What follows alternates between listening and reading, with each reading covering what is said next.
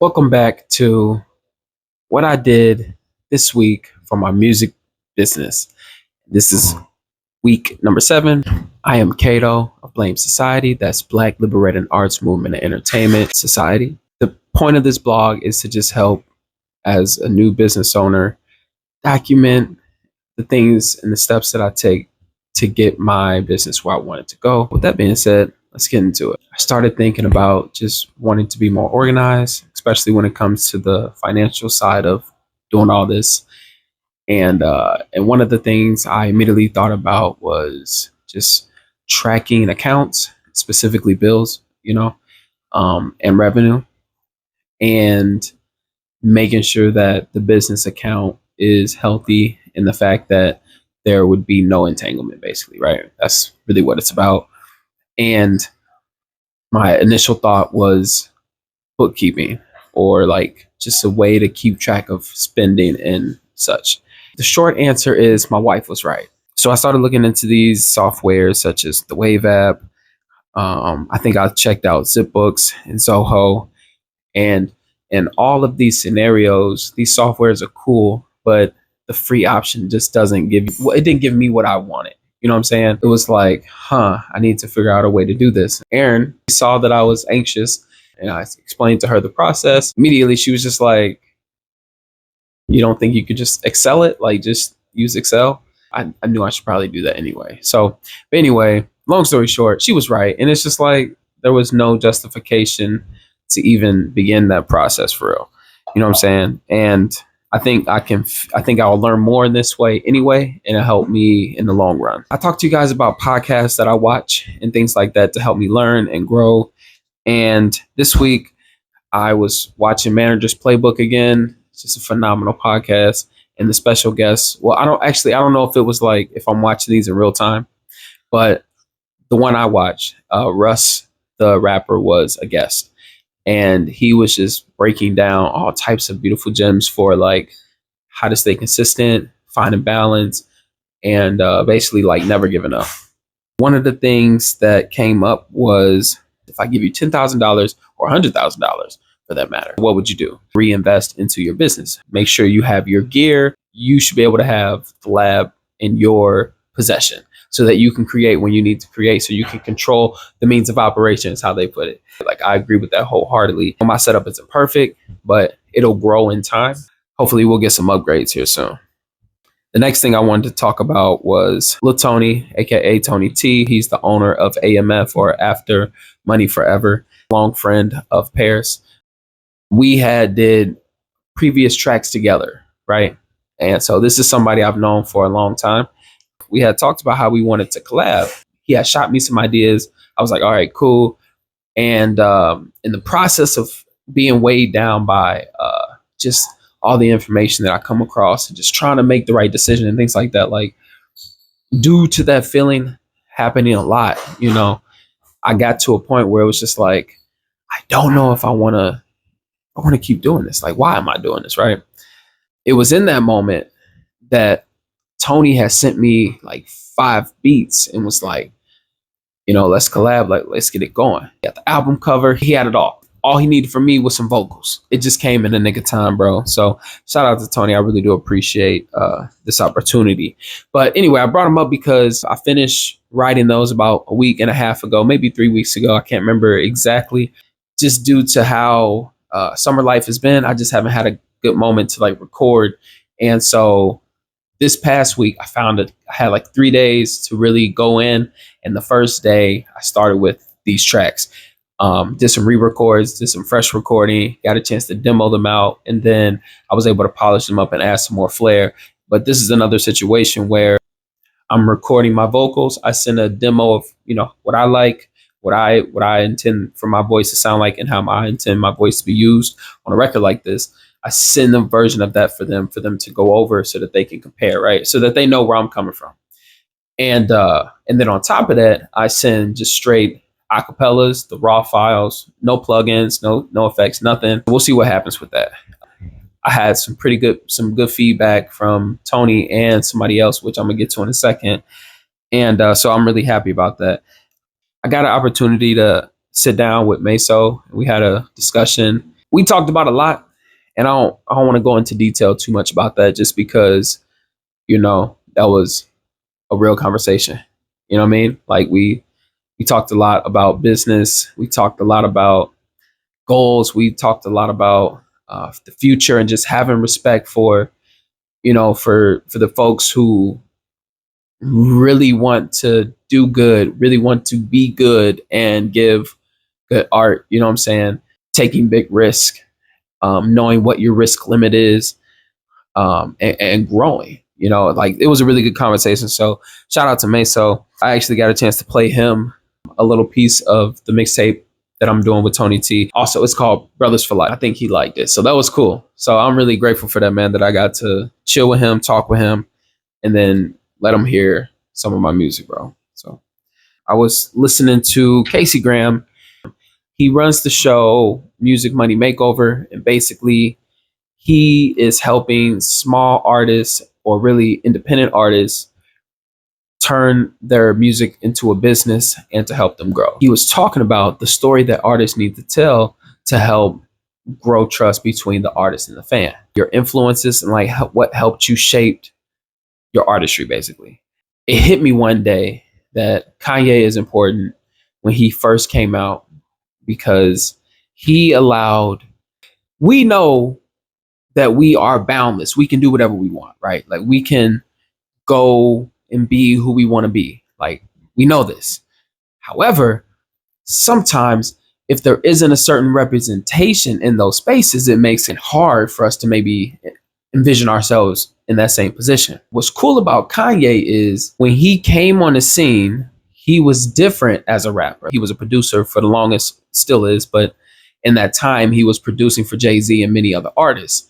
And so like to then make the crossover from being just a producer to a rapper, so now he's a rapper producer, he brought in a different type of rap. He talks about that on Through the Wire and really throughout that whole first album, College Dropout. At that time, you had drug dealing rap, gangster type rap, the conscious movement, such as like Common, Talib Kweli, and Black Star in general. There's plenty more examples. But the point is, it was like a dichotomy, like you were either this or that. Kanye signaled to other people who didn't rap or didn't live the life that were perceived in these raps that we thought we had to achieve or to mimic, you know what I'm saying, in order to fit in that space. We found out that, oh, wait, no, we don't have to do that. And that's attributed to Ye. Going back to podcasts, I think I was talking about The Manager's Playbook. I watched another one this week as well. This interview was with Mag. He is the founder of Even.biz. If you don't know what Even is, I'll do my best to explain it. It is sort of more like a Bandcamp in that it helps the artists distribute their music to their fans directly, right? So instead of just direct streaming like Spotify, Apple, Tidal, you have things like Even.biz where the people will come to that site or your site, I guess it's linked, and purchase your music directly, and they can pay what they want. It is something that I believe in as far as when it comes to the artistry, as far as building a community of fans and people that care about the music that we make. And that's the direction I want to go. So I heard about Even, I knew about Even, I've been thinking about using Even. I just wasn't sure to what capacity, but this interview kind of solidified what I wanted to do. And after that, I actually watched another one. It was Two Lost, because that's the distributor I'm thinking about going with. Dame Ritter of Two Lost did an interview with Mag on their platform. And so watching that video, it definitely, I'm gonna definitely put all the links so you guys can check them out yourself, right? So that you know what I'm saying. Because I feel like that interview really solidified me now working with Two Lost and Even, and what I plan to do with this album that's coming out soon. The features of Even seem really, really cool as far as like setting up a chat basically, so you can communicate with fans directly, not just buying music. Like you can actually set up a chat with them, a community. On top of that, they are installing like a subscription base. Fans can uncover and unlock more hidden gems that you want to provide as an artist. And they really made it so simple to like get people signed up. Like literally, if you go to Even.biz right now, it'll ask you if you sign up, right? Click sign up. It'll ask you for your phone number. and then it sends you a link, and then it walks you through the process. Really simple, straightforward, man. And I felt like that was easy. So my goal is to try to get my account with them set up as soon as possible so we can try to do something with this album. So he was asked by Ruiz, the host of Manager's Playbook, like, what's a good book? You know, like, if you have a good book. He gave the book by Malcolm Gladwell. I can't remember the name of the book, but he was referenced. He said, if you can't get to that book, you should check out this Q&A he did for Microsoft. He is talking about, what do you say, like constraints that we put in place for society, because he's trying to break down. The question is basically, what issues are keeping people from greatness? And he believes that it can be broken down into these small things, right? Or actually these big things, but we don't see them. And he makes them pretty obvious. The idea came because it was talking about poverty. That's right. Yep, he was talking about poverty, and he was saying the contingent of poverty being in this equation to keep people of greatness from reaching their potential is crazy. So when they went through this study, the hypothesis is you should be able to create a beautiful life. And these people are considered, like, their IQs are high. So like they're considered geniuses. So with all this with all this genius that you have, if they would achieve greatness, if they would fall like in 20 years, even 30 years down the line. And at the end of the study, the man realizes that these students of genius stature fall into three categories. One, they go on to live normal lives, like average lives, right?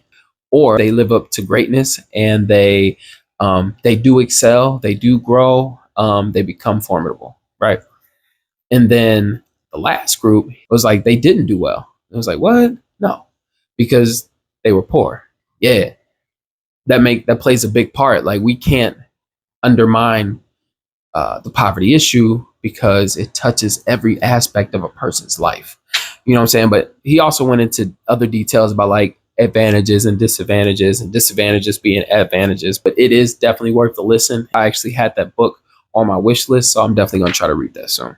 Just real quick. So we had talked about the fact that as much as I thought I needed bookkeeping software, I don't. My wife was right. Instead, I'm just going to go through the process and find a template to use it through Excel and track my stuff like that, bro. Talked about owning the means of operation. And so as we grow this business, bro, like, we need to know where we're going. But there are many things and signs that I'm learning that I am doing correctly. Because like my conversation with Meso, there are risks and people that are tied up in our lives, and we don't want to jeopardize the people we care and love. But that's me. You know what I'm saying? We have to think before we act. And so with that said, like, we have to do our best to make the best choices we can do to grow this business. Okay. We also talked about completing the project, my portion of the project with Tony T, called Brothers for Life. I don't know when it's going to be available, but whenever Tony gives me some updates, I'll definitely share them with you guys. The artwork is wonderful. The beats are wonderful. Like, I can't wait to share these songs with everybody. We also talked about a major influence for my music, and I think a lot of artists these days, and that's Kanye's introduction into the rap game, as far as him being an MC and how that helped other children or other MCs understand that they didn't have to fit into a mold to feel comfortable with writing their lyrics and sharing their art with the world. So that's all, to me, that's a big deal. We also talked about Even and how it's a wonderful place for artists to D2C, direct to consumer, direct to fan, and sell music, but also a way to build community there. And Cato will definitely try to find something to do on there to share with you guys. And then the last thing we talked about was Malcolm Gladwell and his book, which I can't remember at the moment, but I'll definitely have a picture for you and a link for you if you want to check that out. Outliers. That's what it's called. Oh my God. Okay. That's what it's called. The book is called Outliers by Malcolm Gladwell. Remember, you can always go check out the video of the talk he did at a Microsoft conference, and I'll put that link down here as well. If you haven't already, please go back and check out the prior videos for what I did this week for my music business and Can I Keep It Under 20 Minutes. And make sure you check out the mixtape 32 Weeks, man. And if you really enjoy it, you should consider downloading it. But I really prefer you to go through YouTube and watch them all, bro. So, with that being said, if nobody's told you that they love you today, just know that I do and always will. Again, this is Cato, B.L.A.M.E. Society, Black Liberating Arts Movement Entertainment Society. Y'all take care. Be safe. Sorry, y'all, real quick. I forgot to mention that I had my meeting with the Intertwine owners for the event that I have coming up soon, just to make sure that we were on the same page. While I was there, I went ahead and took some pictures, got some visuals. It is a beautiful establishment. Last time I was in the building, the flowers that you see hanging up, they were more like roses, I believe. They were a different type of flower, but he had told me that he was going to switch them out to sunflowers. And so I asked him if he was going to change them again by the time of the event. He said he wasn't sure. He might leave these up. I feel like you can't go wrong. It just looks really great. I apologize now because I definitely did not get any shots of the seating. Like, so, but maybe next time I'll give another update when I visit them again. I'll holler at you next week.